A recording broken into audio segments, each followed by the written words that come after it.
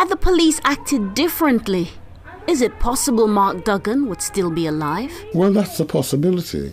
Because in the Mark Duggan case, for example, there is a shroud of secrecy surrounding the person from whom he obtained the weapon. And yet, that individual never really featured in initial disclosures about the circumstances surrounding Mark Duggan's death. And the provenance of that gun and its prior use has only been brought to light more recently.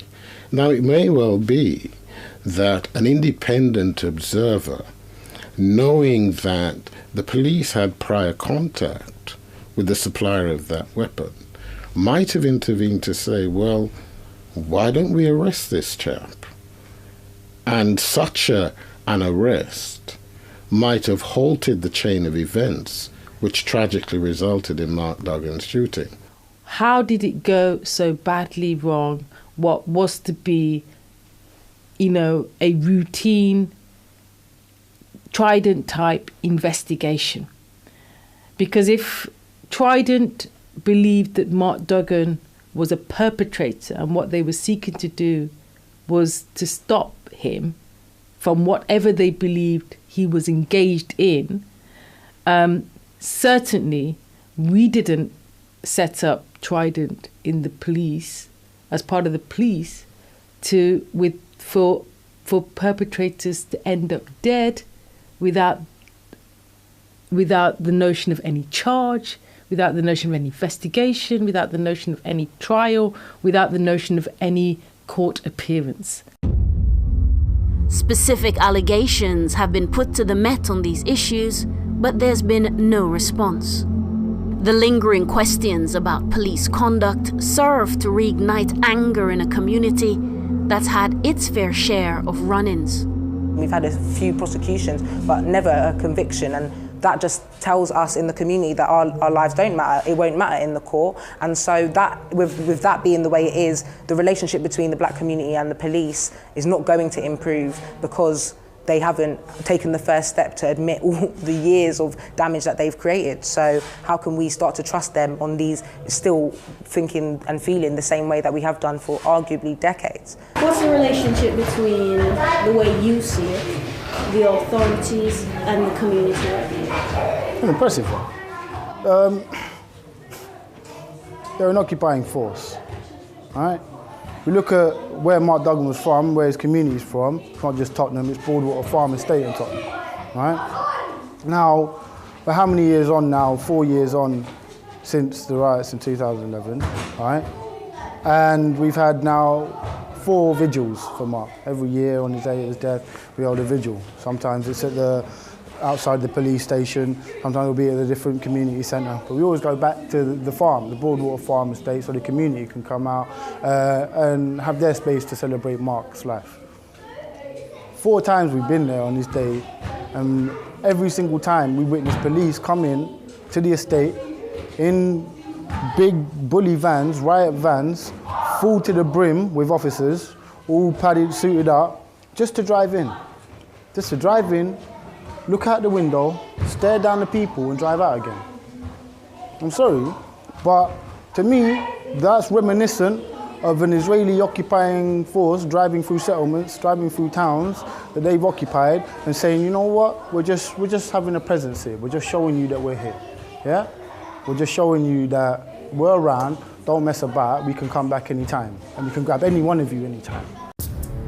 Mark Duggan's death has to be looked at in a wider context, through the lens of a society that still battles with racism within its institutions, something even the police commissioner has acknowledged. Mark Duggan's death joins the hundreds who have died after coming in contact with the authorities. I think we need to look at the use of lethal force by police, as in the Mark Duggan case.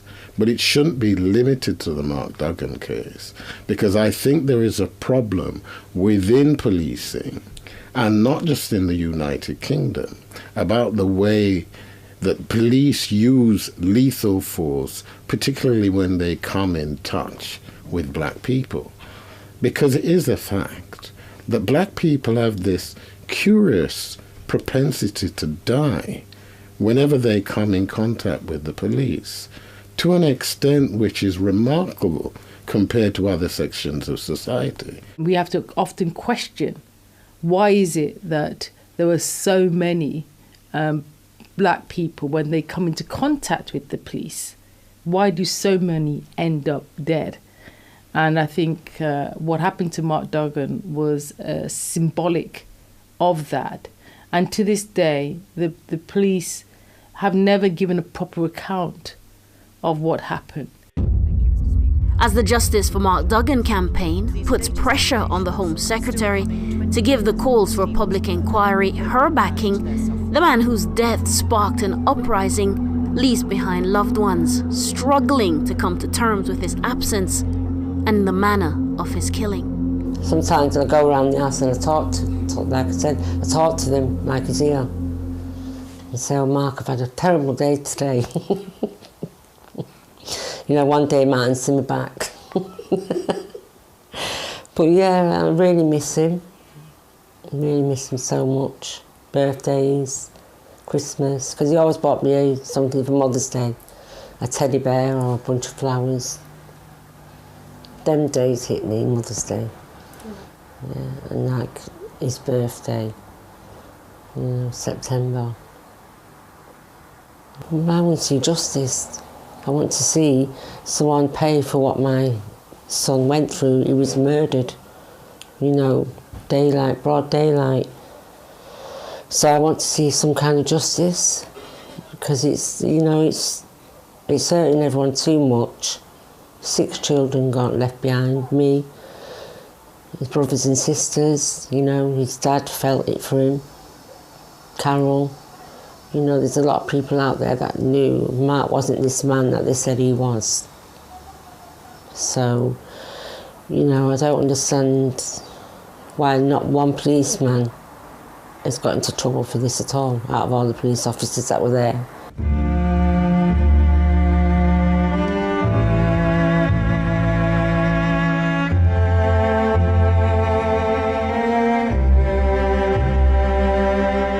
Mark's older children have been particularly affected by his death. Kamani's just so damaged by Mark's death, and he's just had no support, no help from anybody. He's just been kind of left to his own devices, and now he's getting into trouble and he's being blamed for his own actions, where Mark was his best friend and he's got no friend now, and nobody can take the place of that friendship. So Kamani's just lost. He's got no ambitions, he's got no hobbies. He was mad for football, he doesn't even play football anymore. He's got nothing to look forward to, and there's no help. And I'm afraid for Kamani, because I told him the other day, I said, they took your dad. The police took your dad. And what I see with your action is you are going to give yourself to them. They took your dad, and they're going to take you, because you're going to give yourself to them. But what else is there for him? He's so angry with the police. He hates the police. He's scared of the police. And there's nobody there to help him through that, or to make him understand that. You know, we all know the police have a role. We all know they are necessary. But Kamani just has this hatred, which is not healthy, because he's going to carry that through his life. And when he becomes a man, I don't know. I'm scared for his future. She then heard everyone chanting, you know, who killed Mark Duggan? The police killed Mark Duggan. You know, and she said to me, days after, she said, Mum, she said, did the police kill my dad? Did the police kill my dad? And she said, if the police kill my dad, I'm going to kill the police. You know, and it just broke me. Do you understand? Because she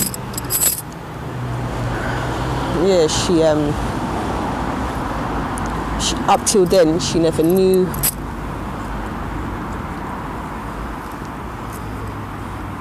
how her dad had gone, you know. And then she went to school and said it to the kids, and the kids then went to the teacher and told the teacher, and the teacher called me in and said, you know, that Chevy was then telling her friends that the police had killed her dad. There ain't no happiness no more, really. It's nice to get on with the day because we got kids, because we have to smile in front of them and keep them going. Do you understand what I'm saying? It's hard, you see a child and look at the TV and say, oh no, this Uncle Mark. You know, like, that's hard, you know? It's mad. The kids got to grow up like that, and then you think the impact that it's building on everybody. Your kids might, I don't tell my child to hate nobody, but my child could see a policeman and walk off and run off. Do you understand what I'm saying? Because he's old enough to understand all he's heard is that the police have killed his uncle. It's always gonna be there, isn't it? Always gonna be there. Always gonna be there. Tottenham is changing, but at the heart is an open wound that threatens to fester if left unattended for much longer. This is the Mark Duggan case, unfinished business as far as his supporters are concerned. We will carry on fighting, and if we have to fight for 30 years, as the family, those good families of Liverpool have done in Hillsborough, then so be it. We will fight for 30 years. My children come to these meetings, and if I dead and die tomorrow, I would hope and expect my children to carry on this fight, because if they don't, then their children are going to be growing up, suffering and enduring exactly what we've suffered and endured in this town ever since we made this place our home. These things, you get me, like it ain't no 5 minutes and you get justice, you get me? It's something that you have to be persistent about. So, we're here to fight, man, you get me? And hopefully we'll get answers soon, man, you get what I'm saying? You know, the support from the community is great, but, you know, we need it to be bigger than that, do you know what I'm saying? This is something that's gone worldwide, you know? So,